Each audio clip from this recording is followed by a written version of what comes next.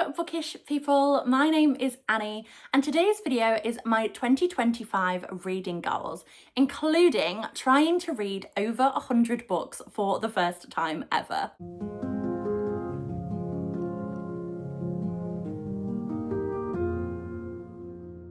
Okay, so that might have been slightly clickbaity. Kind of, sort of, maybe. So in 2025, I want to completely change what my reading habits look like. I want to read genres that I haven't tried before. I want to read from authors I haven't tried before. Because in 2024, I read about 25 books, which is not a bad thing. Everybody reads a different amount of books a year, and even one book is an achievement. All of the books I have read have fit very neatly into very specific categories, and I have not strayed away from that.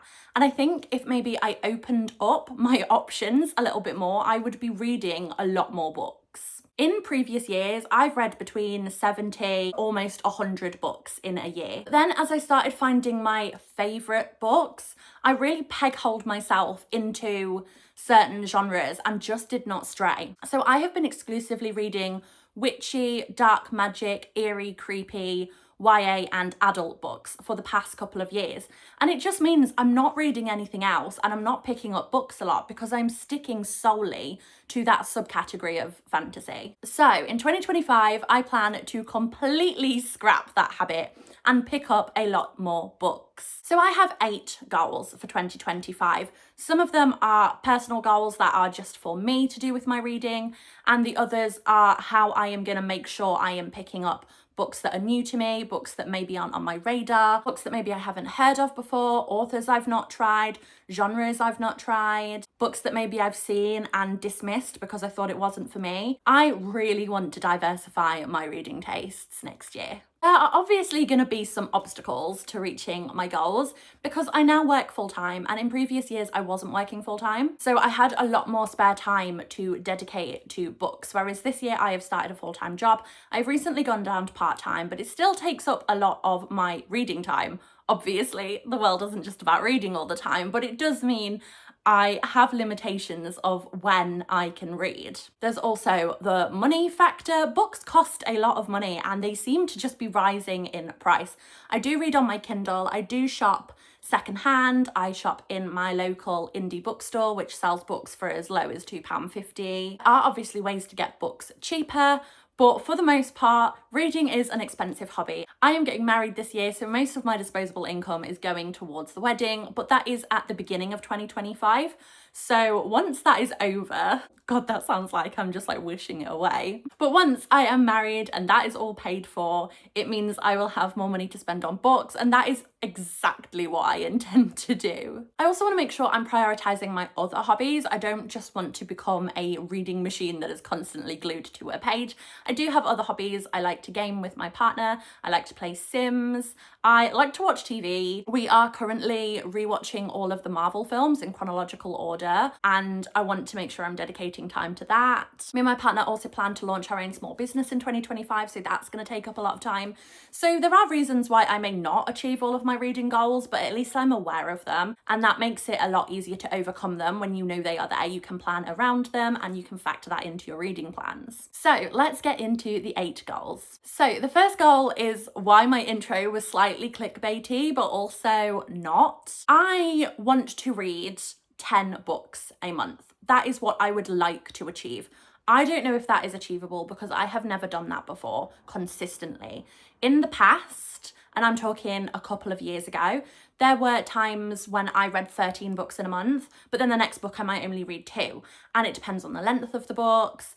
So it's not something I have consistently been able to do before. I would like to be able to do that going forward. But instead of saying, I'm going to read 10 books a month and setting my Goodreads goal to 120 and then absolutely failing at the first hurdle, I've decided to initially set it to 30. That is about 5 books more than I read this year at the time of filming. I am going to read a couple of more books between this video being filmed and the end of the year, so that number will go up, but it's at around 25. So that's only 5 more books than I've read this year, so I know I can definitely achieve 30. But if I achieve 30 by the end of March, which is 10 books a month, then I will increase the goal again. So that is my first goal for 2025. My second goal is something I have already been working towards. I set myself a TBR 0 in 2023. I got very, very close to completing my TBR 0. I had 11 books by November 2024. But then the closer I got to 0, the more I realized actually I like having a wide selection of books, and not the 236 that I started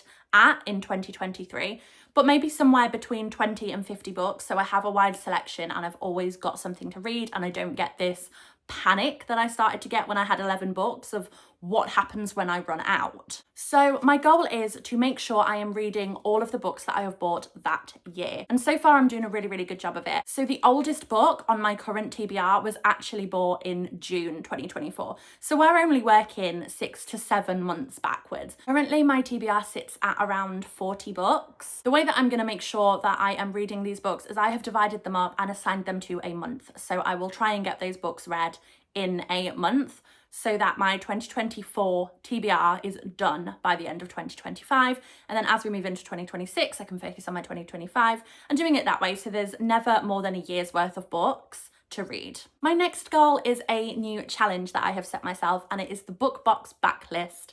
No, the backlist book box challenge. That's it. Yeah.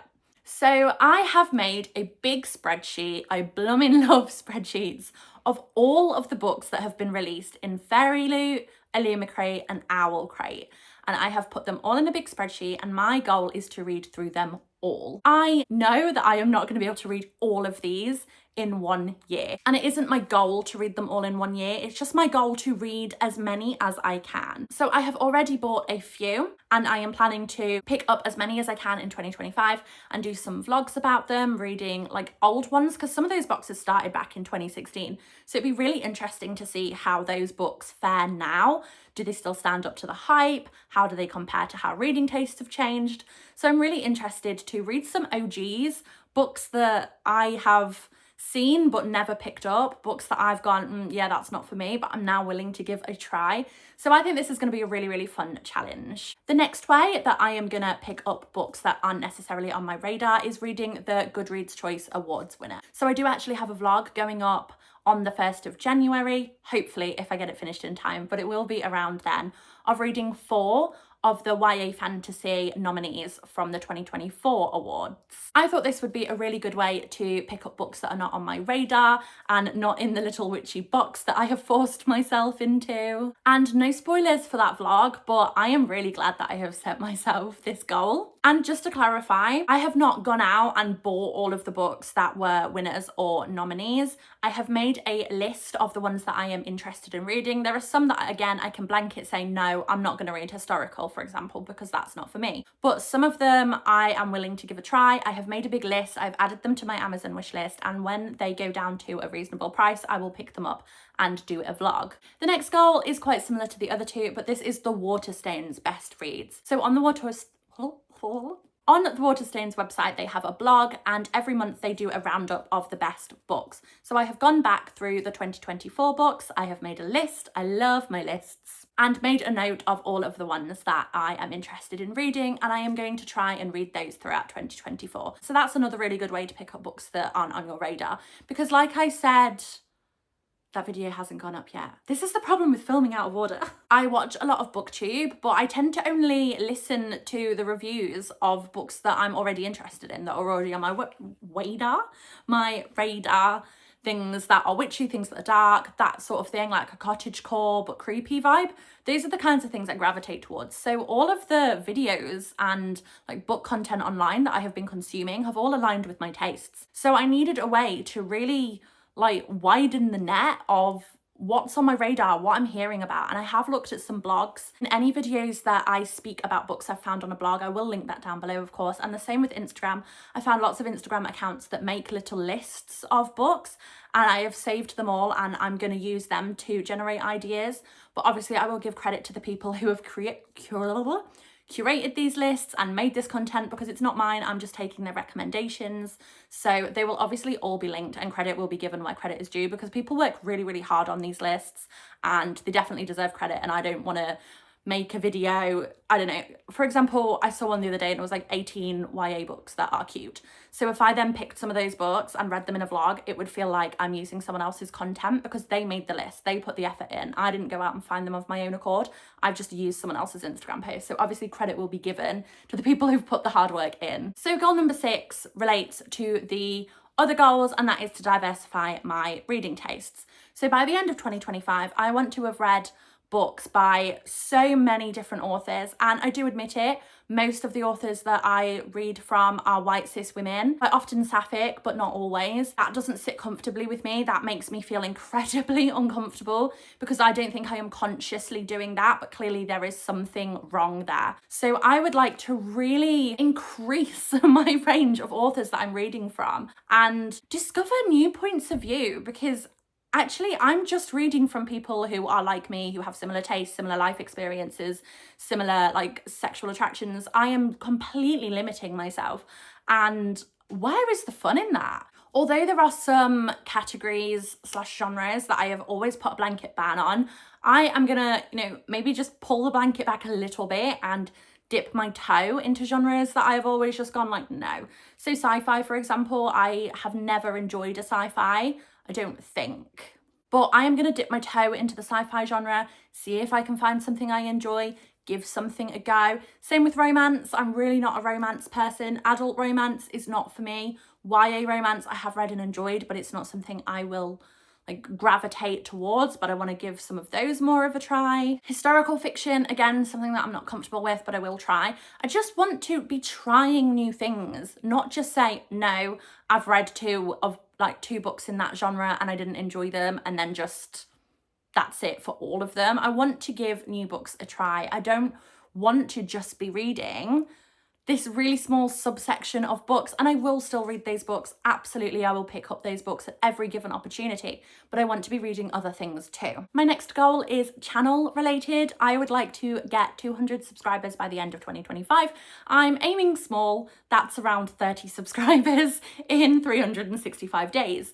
But I just want to have people watching my videos. I don't feel like I need a million billion subscribers. I just want a few people who watch my videos and think, yeah, I like that content. I want to talk to this girl. I just want to form a little community. So for me, I'm just gonna have a little goal, small achievable goals. And I feel like 30 in a year is achievable. And if I get any more than that, then that's fantastic. If I get any less, I can't promise I won't cry. We all say, oh no, it doesn't really matter. I don't care how many people watch my videos. But like if nobody watches them, then I'm just sat talking to a camera alone in my living room.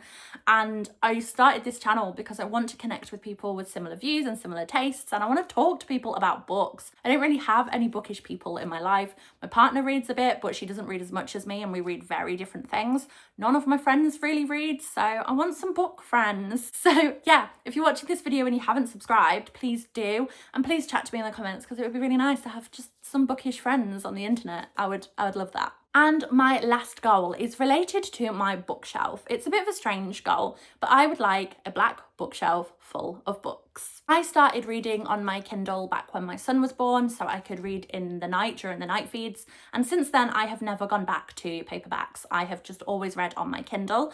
But then if I enjoy a book, I buy it and put it on my bookshelf. It's a bit of a trophy shelf, you might say. It is a way to display the books that I love and have them there, but they are not read physically. I have read them on my Kindle. Some people might think that's weird, but that's just how I like to do things. So how am I going to make sure that I am achieving all of these goals and I am doing all of these things? So I am going to be using StoryGraph. StoryGraph has some really great tracking. I can't think of the word, like just tracking methods. I can't think of the word. Like trackers. It has great book trackers. It has challenges. I have joined a Fairy Loot Owl Crate and a Luma Crate tracking challenge thing, and it has a list of all of the books that have ever been released in the boxes, and when you read it, it shows you the percentage of books read. That is great for that challenge. Obviously the Waterstones and the Goodreads one, that's my personal challenge. I've picked the books, so I can't really track that one through StoryGraph. But StoryGraph has a really great TBR generator. So when you add all of the books that you own to your TBR, there is a suggestions panel, and it picks between 5 and 10 books, sometimes more. I can't quite figure out the number because sometimes I've generated it and it's given me 5. One time I generated it and it gave me 11. So I'm not entirely sure. But it picks books off your TBR and then gives you a reason why it's picked them. So they're not all random. Some of it is like it matches the mood and pace to books you've similarly read.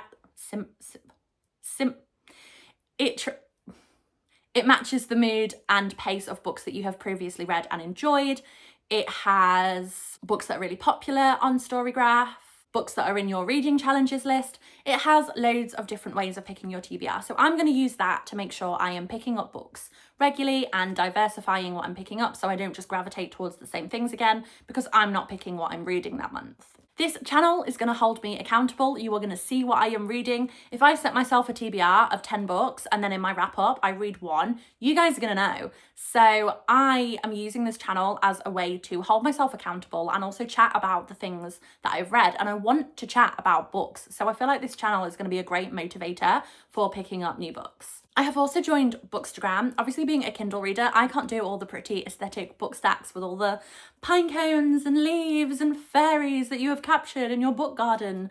I can't do that and I don't enjoy making that kind of content. I love looking at other people's, it's so beautiful, but it is not something that I personally get any joy out of trying to create. But I have started making some little graphics on Canva to track what I have read and what I am going to read. So I have linked all of my like StoryGraph, Goodreads and Bookstagram down below if you want to go and check them out. But that is also going to keep me accountable because I am tracking everything I read on there as well as on here. So they are the 8 goals that I have set for 2025. Do you think I can achieve them? I don't know. It's a big ask for someone whose reading has really slowed down over the past few years. I think it is a big ask because I am not looking at a gentle incline. I'm just trying to like storm straight to the top of that mountain.